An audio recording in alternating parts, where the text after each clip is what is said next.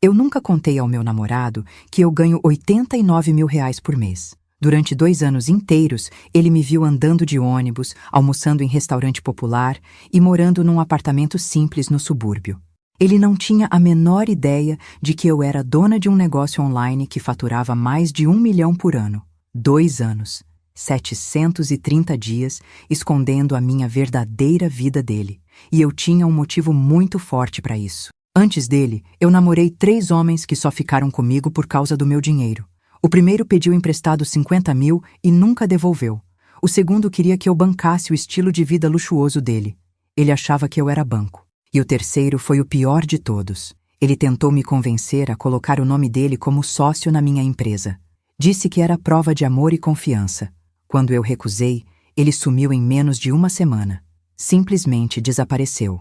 Então, quando conheci o Pedro, jurei para mim mesma que dessa vez seria completamente diferente. Decidi descobrir quem ele realmente era antes de mostrar quem eu realmente sou. Foi a decisão mais difícil e mais inteligente da minha vida. E foi exatamente por isso que quando ele me convidou para jantar com os pais dele pela primeira vez, eu fui vestida do jeito mais simples possível. Queria ver como a família dele trataria uma mulher que eles achavam ser pobre e sem futuro. Mas o que aconteceu naquele jantar mudou completamente a minha vida para sempre. E tudo começou quando a mãe dele deslizou um envelope branco pela mesa na minha direção. Mas antes de contar o que tinha naquele envelope, deixa eu voltar um pouco. Conheci o Pedro há 2 anos, numa fila de banco. Eu estava lá resolvendo uma questão da minha conta empresarial, mas ele não sabia disso. Para ele, eu era só mais uma pessoa comum, esperando atendimento como todo mundo. Começamos a conversar sobre a demora do atendimento. Ele era simpático, engraçado, tinha um jeito leve de falar que me deixou à vontade imediatamente. Quando saímos do banco, ele me chamou para tomar um café ali perto. Aceitei sem pensar. E naquele primeiro encontro, eu percebi que ele era diferente de todos os outros homens que eu tinha conhecido. Sabe por quê? Ele não perguntou onde eu morava, não quis saber o que eu fazia da vida, não se interessou por quanto eu ganhava. Ele quis saber dos meus sonhos, dos meus medos mais profundos, do que me fazia acordar animada de manhã, do que me fazia rir de verdade. A gente ficou 4 horas conversando naquela cafeteria. Eu esqueci do mundo lá fora. Eu esqueci que tinha uma reunião importante naquela tarde. E sabe o mais incrível? Eu não me importei nem um pouco. Foi a primeira vez em muitos anos que eu me senti vista como pessoa de verdade, não como uma carteira ambulante. Nos meses seguintes, mantive minha fachada com perfeição absoluta. Continuei andando de ônibus, mesmo tendo 3 carros parados na garagem de um apartamento de luxo que ele não conhecia. Almoçava com ele em lugares simples, usava roupas sem marca. E ele nunca, em nenhum momento, reclamou de nada. Pelo contrário, às vezes insistia em pagar a conta porque achava que eu não tinha condições financeiras. Quando recebia bônus no trabalho, fazia questão de me levar num restaurante um pouco melhor. Ele dividia comigo o pouco que tinha, de forma natural e genuína, como se fosse a coisa mais óbvia do mundo cuidar de quem a gente ama. Isso me tocava profundamente mais do que ele poderia imaginar. Foi aí que aconteceu o primeiro teste de verdade. 6 meses de namoro, e eu descobri que o Pedro estava com um problema sério. O carro dele tinha quebrado e o conserto custava quase R$ 5 mil. Ele não tinha esse dinheiro guardado. Eu poderia ter transferido essa quantia em 2 segundos sem sentir absolutamente nenhum impacto no meu orçamento mensal. R$ 5 mil era menos do que eu gastava por mês em coisas completamente supérfluas, mas eu não podia fazer isso. Eu precisava ver o que ele faria diante dessa dificuldade, e o que ele fez me surpreendeu completamente. Ele não me pediu dinheiro emprestado, não reclamou da vida, não ficou jogando indiretas para ver se eu oferecia ajuda. Nada disso.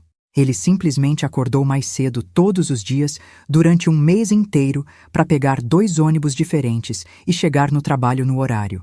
Fez hora extra sempre que podia. Cortou todos os gastos desnecessários. Parou de pedir delivery. E quando finalmente juntou o dinheiro necessário, consertou o carro com um orgulho enorme de ter conseguido sozinho. Ele me contou isso com os olhos brilhando de felicidade, como se tivesse escalado uma montanha. Naquele momento, algo mudou dentro de mim. Eu percebi que talvez, só talvez, eu tivesse finalmente encontrado alguém genuinamente diferente. Alguém que não estava comigo pelo que eu poderia oferecer financeiramente. Alguém que me queria simplesmente por quem eu era como pessoa.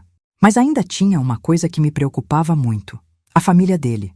Porque às vezes a pessoa é íntegra, honesta, de caráter impecável, mas a família não é. E família tem uma influência gigantesca nos relacionamentos a longo prazo. Quando Pedro me convidou para conhecer os pais, sabia que seria o teste definitivo, a prova final. Escolhi cada peça de roupa com cuidado cirúrgico, calça jeans simples e desbotada, blusa básica sem marca nenhuma, sapatos gastos, nenhuma joia, nenhuma maquiagem cara, cabelo preso de qualquer jeito. Eu queria parecer exatamente o que eles esperavam de alguém na minha suposta condição financeira precária. A casa ficava num bairro de classe média alta, bonita, bem cuidada. Quando chegamos, a mãe dele abriu a porta, e eu vi imediatamente aquele olhar característico. Foi rápido, quase imperceptível para quem não conhece, mas eu reconheço esse olhar de longe. É o olhar de quem está avaliando, medindo, calculando. Ela me analisou dos pés à cabeça em poucos segundos. Notou meus sapatos gastos, minha bolsa simples, minha falta completa de joias. Vi claramente a decepção passando pelo rosto dela antes de colocar um sorriso educado e frio. Durante todo o jantar, ela fazia perguntas que pareciam inocentes, mas que tinham segundas intenções muito claras. Onde eu trabalhava, onde eu morava, se eu pretendia fazer faculdade algum dia, o que meus pais faziam da vida. Cada resposta minha era recebida com um sorriso educado, mas gelado. Um sorriso que não chegava aos olhos. Eu sentia que estava sendo julgada e reprovada a cada segundo. Pedro percebeu o clima e segurou minha mão por baixo da mesa. Foi quando estávamos terminando a sobremesa que tudo aconteceu. A mãe do Pedro olhou para o marido. Ele acenou com a cabeça num acordo silencioso, e ela tirou um envelope branco do bolso do avental com uma calma assustadora. Com um sorriso que me gelou por dentro, ela deslizou o envelope pela mesa na minha direção. Todos ficaram em silêncio absoluto. Abri o envelope devagar. Dentro tinha um cheque de R$50.000 e um bilhete escrito à mão. O bilhete dizia: "Este é o valor para você desaparecer da vida do nosso filho. Se aceitar, nunca mais entre em contato com ele. Se não aceitar, vamos descobrir formas de fazer você se arrepender dessa decisão." Eu li aquelas palavras 3 vezes. Meu coração disparou. R$50.000 para eu sumir da vida dele. Era menos do que eu ganhava em 3 semanas de trabalho. Mas não era sobre o valor do dinheiro. Era sobre o que aquilo representava. Pedro pegou o bilhete da minha mão, leu, e se levantou da mesa tão rápido que a cadeira caiu com estrondo. O rosto dele estava vermelho de raiva. "Vocês têm noção do que acabaram de fazer?" A voz dele tremia. A mãe tentou se justificar desesperadamente. Disse que era pro bem dele, que eu claramente não era do nível deles, que ele merecia alguém melhor, alguém com estudos, com família de respeito, com futuro garantido, com condições. Cada palavra que ela falava era como uma faca, não em mim, mas no próprio Pedro. Eu via ele se despedaçando por dentro a cada frase. Foi nesse momento exato que eu tomei uma decisão que mudaria tudo. Durante 2 anos, eu tinha escondido quem eu era para me proteger de interesseiros, mas agora eu precisava me revelar para proteger ele, para mostrar para ele e para aquela família quem eu realmente era de verdade. Me levantei calmamente da cadeira, peguei meu celular do bolso com toda a tranquilidade, abri o aplicativo do meu banco pessoal e virei a tela para que todos na mesa pudessem ver claramente o que estava na minha frente. O saldo da minha conta pessoal era de R$237.000, só na conta pessoal, sem contar as contas da empresa, sem contar os investimentos, sem contar os 2 apartamentos. O silêncio foi ensurdecedor. Olhei diretamente nos olhos da mãe do Pedro e disse com toda a calma: "Eu poderia comprar esta casa 3 vezes e ainda sobraria troco. Mas sabe o que o dinheiro não consegue comprar? Caráter. E isso falta muito aqui nesta família." Olhei para o cheque e completei: 50.000? Isso é menos do que eu ganho em 3 semanas. Durante 2 anos, escondi quem eu era porque queria conhecer pessoas de verdade. Seu filho passou no teste. Vocês reprovaram miseravelmente. O rosto da mãe ficou branco como papel. O pai não conseguia me olhar. Pedro veio até mim. Eu não me importo se ela ganha salário mínimo ou 1 milhão. Eu amo essa mulher. Se não aceitam, perderam um filho hoje. Pegou o cheque, rasgou em pedaços pequenos e jogou tudo no lixo. Saímos daquela casa de mãos dadas, sem olhar para trás. No carro, ele ficou em silêncio por quase 20 minutos. Eu deixei ele processar tudo no tempo dele. Depois perguntou: por que você nunca me contou a verdade? Expliquei tudo. Os 3 relacionamentos destruídos pelo dinheiro. O medo constante de nunca ser amada por quem eu realmente era. Ele ouviu cada palavra sem interromper. Quando terminei, começou a rir. Uma risada genuína de puro alívio. Passei 6 meses juntando dinheiro para o pedido de casamento, preocupado que a aliança não fosse boa. E agora descubro que você poderia comprar a joalheria inteira. Naquele momento, soube que tinha feito a escolha certa. Ele não ficou intimidado nem com raiva por eu ter escondido. Ficou aliviado por eu ser exatamente a mesma pessoa. Nas semanas seguintes, cortou contato com os pais. 3 meses depois, me pediu em casamento. No mesmo banco onde nos conhecemos. Na mesma fila onde tudo começou. A aliança era modesta, comprada com dinheiro que ele juntou sozinho. Disse sim e chorei como não chorava há anos. Mas a história não termina aqui. 3 meses depois do noivado, a mãe do Pedro apareceu na porta do meu apartamento verdadeiro. Estava ali sozinha, com lágrimas escorrendo pelo rosto. Minha primeira reação foi fechar a porta na cara dela. Mas algo naquele olhar me fez hesitar. Não era o olhar calculista de antes. Era algo completamente quebrado. Contra meu melhor julgamento, deixei ela entrar.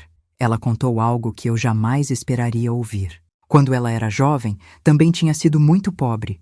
E o marido só casou com ela porque a família rica dele obrigou por causa de uma gravidez. Ela passou décadas ouvindo dos sogros que não era boa o suficiente. Com o tempo, me tornei o que eu mais odiava, ela disse chorando.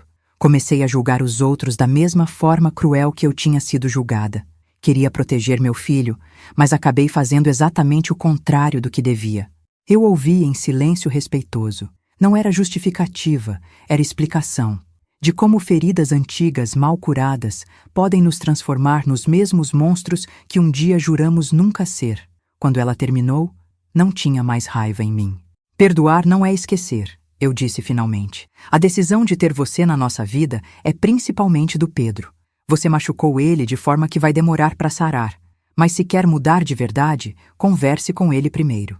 Nas semanas seguintes, Pedro e a mãe tiveram várias conversas difíceis. Algumas calmas, outras nem tanto. Eu não participava porque era assunto entre eles, mas via as mudanças acontecendo aos poucos, as feridas começando a cicatrizar, a raiva inicial dando lugar a algo mais parecido com aceitação.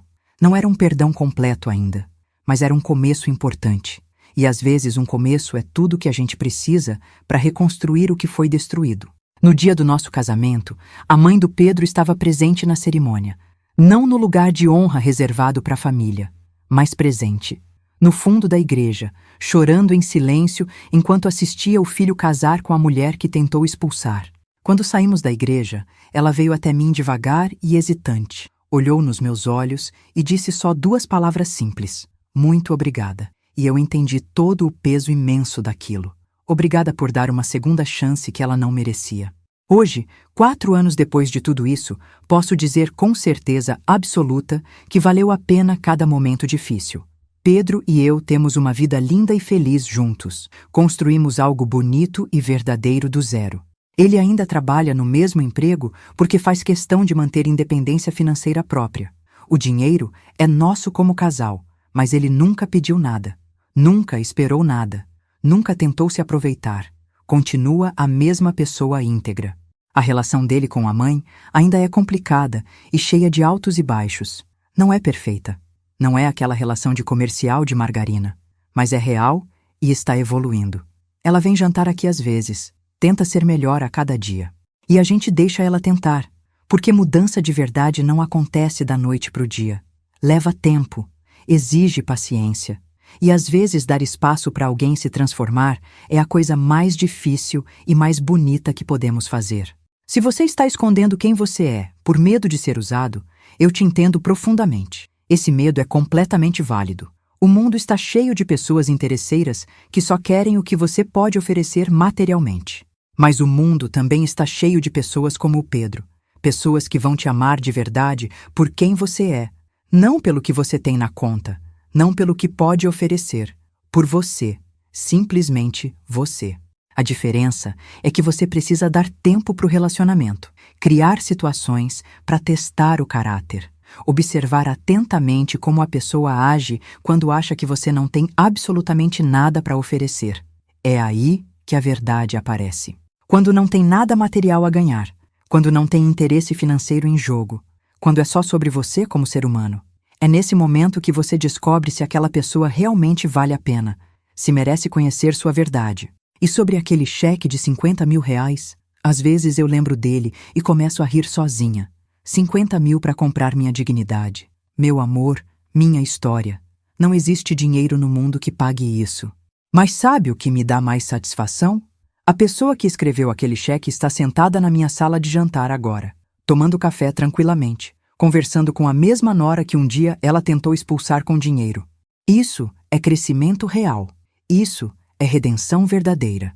Isso é prova viva de que as pessoas podem sim mudar quando decidem mudar de verdade, quando encaram suas próprias sombras, quando escolhem conscientemente ser melhores. Obrigada por ouvir minha história até o final. Espero de coração que ela tenha te inspirado de alguma forma, que tenha te dado esperança, que tenha mostrado que ainda existe amor verdadeiro nesse mundo. Se você gostou desse vídeo, se inscreve no canal e ativa o sininho para não perder as próximas histórias. Deixa um like se chegou até aqui. Conta nos comentários se você já passou por algo parecido. Nos vemos no próximo vídeo.